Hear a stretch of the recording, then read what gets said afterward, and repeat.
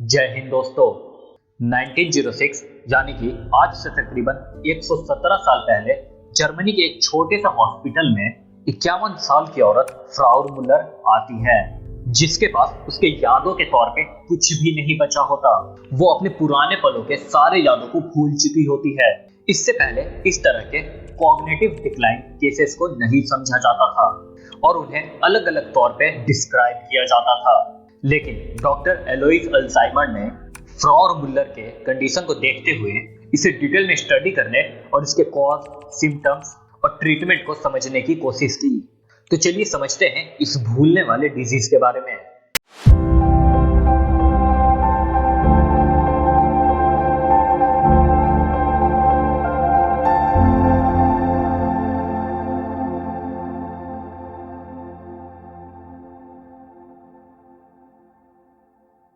Doctor एलोइस Alzheimer ने इस case study में पेशेंट के कॉग्निटिव डिक्लाइन और मेमोरी लॉस के सिम्टम्स को डिटेल से रिपोर्ट किया, जिस वजह से अल्जाइमर डिजीज का नाम उनके नाम एलोइस अल्जाइमर के नाम पे रखा गया।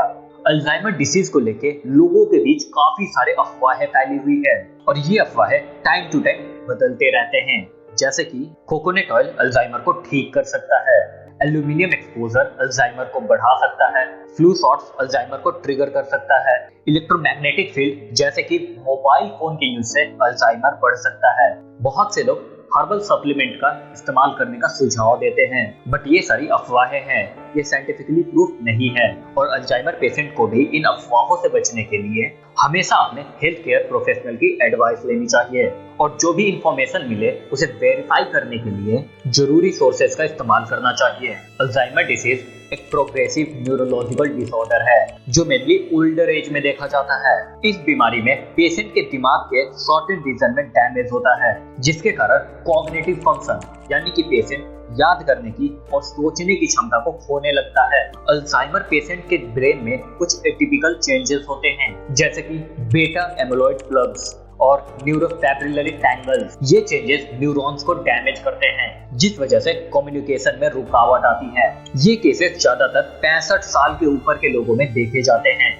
अल्जाइमर डिसीज के होने का मेन रीजन अभी तक पूरी तरह से क्लियर नहीं है, लेकिन रिसर्चर्स ने कुछ पॉसिबल फैक्टर्स और रिस्क फैक्टर्स आइडेंटिफाई किए हैं जो इस बीमारी के होने में एक रोल प्ले कर सकते हैं। अल्जाइमर डिसीज ज्यादातर ओल्ड एज में देखा जाता है और ज्यादातर केसेस 65 साल से ऊपर के लोगों में ही देखे गए हैं, क्योंकि ज्यादा उम्र के होने से कॉग्निटिव डिक्लाइन और ब्रेन फंक्शंस में नेचुरली होने वाले चेंजेस का खतरा बढ़ जाता है। कुछ केसेस जेनेटिकली होते हैं।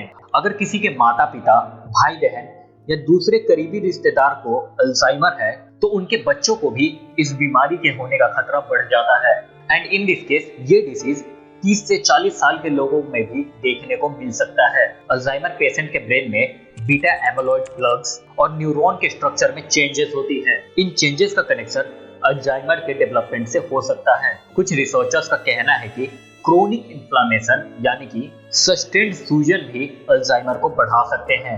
ये सूजन न्यूरॉन्स को डैमेज भी कर सकते हैं। कुछ इन्वायरमेंटल फैक्टर्स जैसे कि exposure to certain toxins, air pollution और हेड इंजरी भी अल्जाइमर के रिस्क को बढ़ा सकते हैं। कार्डियोवास्कुलर डिसीज और रिस्क फैक्टर्स जैसे कि high blood pressure, high cholesterol और डायबिटीज से अल्जाइमर के होने का खतरा बढ़ सकता है। अल्जाइमर डिसीज का सिम्टम्स धीरे धीरे बढ़ने वाले होते हैं। पेशेंट अपने रेगुलर की चीजों को भूलने लगता है, हाल फिलहाल में पढ़ी हुई चीजों को भी याद नहीं रख पाता। अपने करीबी लोग जिससे उनका डेली मिलना होता है उनका नाम भी याद नहीं रख पाते। बोलने और लिखने में भी प्रॉब्लम होने लगती है, क्योंकि अक्सर वो वर्ड्स वो भूल जाते हैं। लोग अपने ही घर में भटकने लगते हैं और रास्ते भूल जाते हैं। अल्जाइमर के पेशेंट में मूड स्विंग, डिप्रेशन और एंजाइटी भी दिखाई देने लगता है। वो कभी खुश कभी उदास महसूस करते हैं। प्लानिंग, ऑर्गेनाइजिंग और डिसीजन मेकिंग में दिक्कत महसूस करना भी एक कॉमन सिम्टम्स है। ये सिम्टम्स धीरे धीरे बढ़ सकता है और पेशेंट के डेली लाइफ पे असर डाल सकता है। अल्जाइमर के 3 स्टेज होते हैं: इनिशियल स्टेज, मॉडरेट स्टेज और सीवियर स्टेज। इनिशियल स्टेज में चीजों को भूलने में कभी कभी प्रॉब्लम होती है, बट डेली लाइफ में वैसे कोई मेजर डिसरप्शन नहीं होती। फैमिली टास्क को कंप्लीट करने में वक्त लग सकता है। बोलने के लिए राइट वर्ड को ढूंढने में थोड़ी सी तकलीफ हो सकती है। मॉडरेट स्टेज में ये सभी भूलने वाले प्रॉब्लम और भी ज्यादा बढ़ जाते हैं और साथ ही साथ पेशेंट के अंदर एग्रेशन, एंजाइटी और डिप्रेशन दिखने लगता है। बट सीवियर स्टेज यानी कि लास्ट स्टेज में प्रॉब्लम इतनी ज्यादा बढ़ जाती है वो अपने फैमिली मेंबर को भी पहचान नहीं पाते, यहाँ तक कि वो अपनी खुद की आइडेंटिटी को भी भूल जाता है। पेशेंट फिजिकली भी काफी वीक हो जाता है, जिस वजह से पेशेंट को व्हील चेयर या फिर बेड रेस्ट की जरूरत पड़ सकती है। और इससे भी बड़ी प्रॉब्लम ये है कि अल्जाइमर की अभी तक कंप्लीट ट्रीटमेंट अवेलेबल ही नहीं है, क्योंकि अल्जाइमर एक प्रोग्रेसिव न्यूरोलॉजिकल डिसऑर्डर है जिसमें दिमाग में इरिवर्सिबल डैमेज होता है और इसके असर की वजह से पेशेंट के कॉग्निटिव फंक्शन में कमी होती है। इस बीमारी का एग्जैक्ट कॉज अभी तक नहीं पता, जिसकी वजह से इसका पूरा इलाज नहीं हो सकता। हालांकि कुछ मेडिकेशंस और थेरेपीज हैं जो अल्जाइमर के सिम्टम्स को मैनेज करने में मदद करते हैं, बट इसे पूरी तरह से ठीक नहीं किया जा सकता। हालांकि अल्जाइमर की वजह से किसी की मौत नहीं हो सकती, बट इसकी वजह से जो प्रॉब्लम क्रिएट होते हैं, जैसे कि पेशेंट का इम्यून सिस्टम वीक हो जाता है, जिस वजह से निमोनिया और यूरिनरी ट्रैक्ट इंफेक्शन आसानी से हो जाते हैं।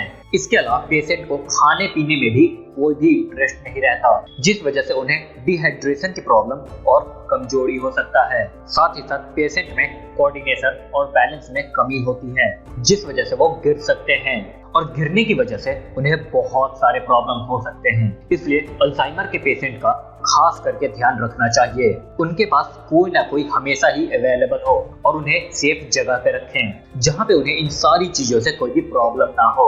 आई थिंक आपको ये वीडियो नॉलेजेबल लगा होगा, इसलिए इस वीडियो को लाइक करें और साथ ही साथ हमारे चैनल को सब्सक्राइब भी कर दें और कमेंट करके हमें ये बताएं कि अगली वीडियो आपको साइंस में किस टॉपिक पे चाहिए। जय हिंद।